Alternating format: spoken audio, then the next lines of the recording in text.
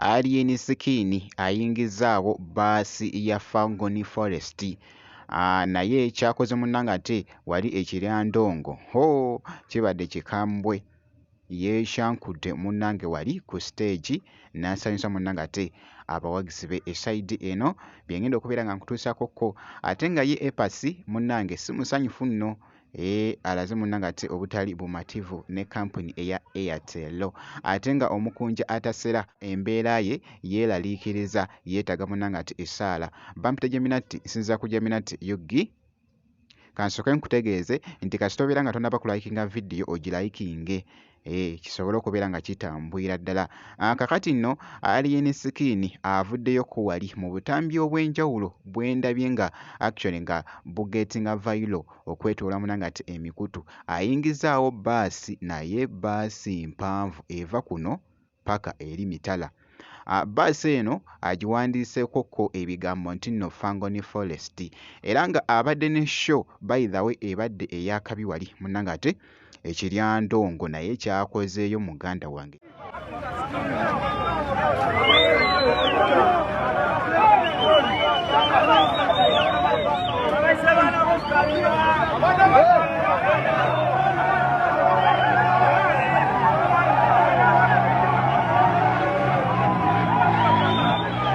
Ekibadde ku stage bannange Alien Skin taggwayo bannange. Nga boogezaako okulaba embeera bw'etyo munnange ate bw'ebadde.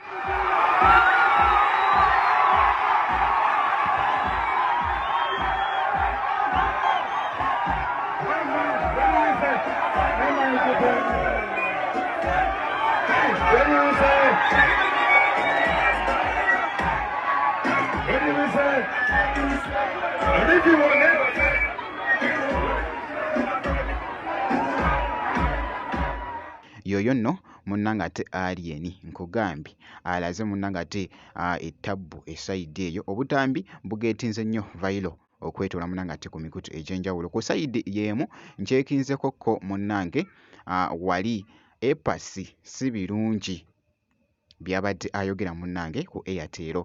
Labika ndowooza baamusase bambi akasente ke, ndowooza bazze nga bamusala endowooza. Epasi si musanyufu munnange ne kampuni eya Airtel. Wabaddewo ko akasente ke munnange ate ke babadde bamutemaatema. Kakati n'agezaako munnange ate okubakubira naye ndowooza n'afunamukko munnange awo. Nga tali munnange ate mu kuyambibwa, inno avuddeyo nga mukambwe. Oh my God, yonna gye biggweredde. Actually kansooke nkuweekoko katambi. Temulina ssente sasula customer care etegeerekeka ng'abantu basobola okukuba essimu n'eyitamu ne boogera n'omuntu, because abantu abakuba customer care ebiseera ebisinga baba tebaagala kunyiga simanya ttumbu simanya mb'oyagala kumanya bintu bimu bigenda kwogerwa nga kompyuta. Nedda, tuba twagala kwogera nammwe directly. Muteekeewo ennamba ze tusobola okwogera nammwe directly nga musolvinga ebintu byaffe directly. Mu kifo kyo tuwestingira obudde. Oteekeko nti to talk to our customer care directly, press 1 if you're talking in English, nga kyekisooka. Naye tubeera okwo ne tulinda omuntu n'alinda eddakiika 17. Oba otegeeza ki? Omuntu n'alinda eddakiika 17 oba otegeeza ki? Tutudde mu restaurant. Bagiyita tubadde tugenza okololo. Yoyo nno munnange ate omuyimbi Epasi bw'atyo bw'abadde alaga munnange ate obutali bumativu ne kampuni eya Airtel.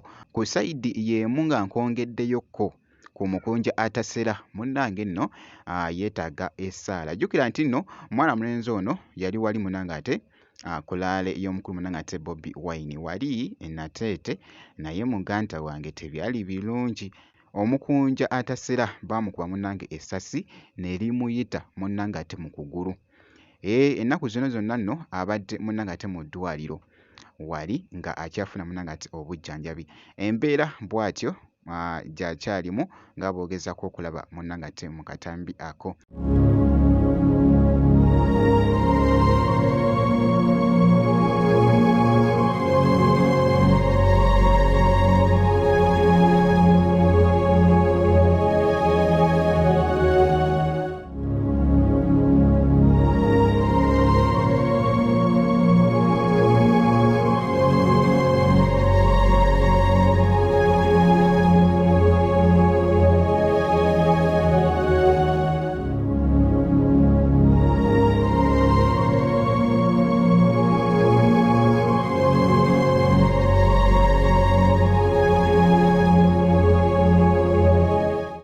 by the way yeetaga munnange ate essaala naye nno si birungi munnange nakamu eside eyo ku mukunja munnange ate atasera era nga nja kubanga nkuwa update yonna enaafaayo munnange ate ku mukunja atasera eside eyo kansuke nkutegeeze nti kasita obeera nga tonaba kusubscribinga osubscribinge jjukira nti nno ojja kubeera ng'ofuna notification ku vidiyo enaaba eteereddwayo endala